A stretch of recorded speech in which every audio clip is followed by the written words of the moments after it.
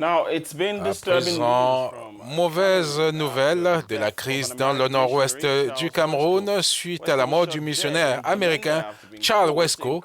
Il est mort à Bamenda après avoir été criblé de balles lors d'un échange de tirs entre séparatistes et l'armée. Début aussi du procès des principaux dirigeants du mouvement séparatiste à Yaoundé ce jeudi. Ils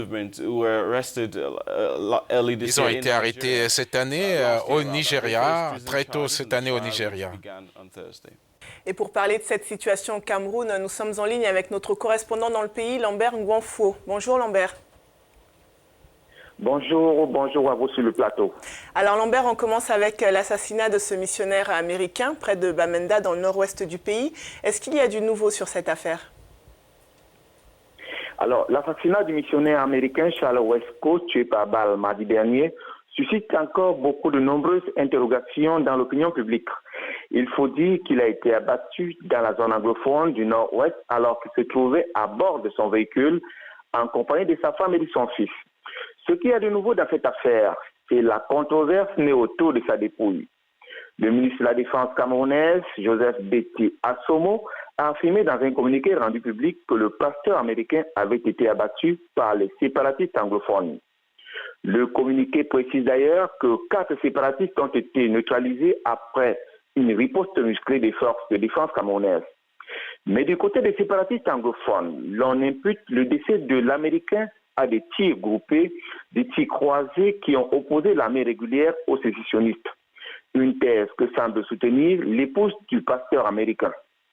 L'ambassade des États-Unis s'est saisie de cette affaire. Une enquête a été ouverte, selon les autorités, pour faire toute la lumière sur cette affaire que le ministre de la Défense camerounaise qualifie d'incident regrettable. Alors Lambert, l'autre sujet concerne la première apparition publique du leader sécessionniste Sissoko Ayuk Tabé, qui avait été arrêté il y a quelques mois au Nigeria et qui a été extradé au Cameroun.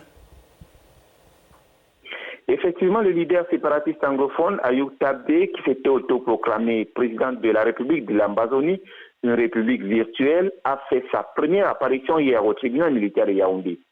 Il n'avait pas été vu depuis plus de 10 mois, ce qui inquiétait d'ailleurs ses proches. Son apparition au tribunal militaire de Yaoundé, accompagnée des autres séparatistes, s'est faite dans le cadre d'une audience sollicitée par leurs avocats qui ont demandé, en début du mois d'octobre dernier, une libération immédiate de ces leaders séparatistes. Ce qu'il faut noter, c'est que le leader séparatiste est apparu en bonne santé. Son avocat a d'ailleurs rappelé qu'il était en bonne forme, mais que ses conditions de détention étaient très difficiles. Le tribunal a renvoyé l'affaire au 15 novembre prochain. C'est à cette date que la justice devra se prononcer sur cette demande de libération. Eh bien, c'est sous forte escorte policière que les séparatistes anglophones ont regagné la prison centrale de Yaoundé. Il convient de signaler que le leader séparatiste est le chef de la rébellion armée en zone anglophone. Une guerre entre séparatistes et forces de défense qui a fait plus de 775 morts, dont plus de 400 civils tués selon les organisations non gouvernementales. Et enfin, Lambert, l'autre sujet qui fait l'actualité au Cameroun, c'est la préélection. Paul Biya a été réélu il y a quelques jours et il va prêter serment dans quelques jours, le 6 novembre. Mais c'est aussi la date qu'a choisi un candidat malheureux à l'élection, Maurice Kamto, pour appeler ses partisans à manifester pour dénoncer ce hold-up électoral, comme il appelle.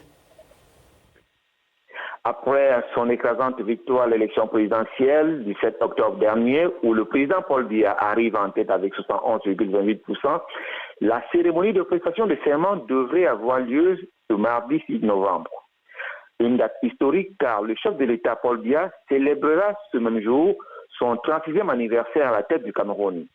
Manifestement, cette prestation de serment ne se fera pas sans heurts. Si l'on en croit les partisans de Maurice Kamto, son challenger à la présidentielle, qui estiment que sa victoire lui a été volée.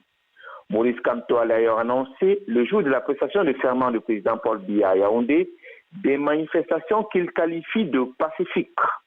Il a appelé ses militants, les militants de son parti et ses sympathisants, à protester contre cette prestation de serment devant les préfectures et sous-préfectures des différentes villes du pays. Il envisage lui-même organiser un rassemblement à l'esplanade du stade omnisport de Yaoundé pour protester contre ce qu'il appelle un hold-up électoral. La ville de Yaoundé est pour le moment militarisée. Tous les carrefours sont envahis par les forces de l'ordre, les forces de police et de gendarmerie qui y sont stationnées. De nombreux Camerounais redoutent le mouvement d'humeur mardi prochain, au moment même où le chef de l'État entamera sa 37e année pour un nouveau mandat de 7 ans à la tête du pays.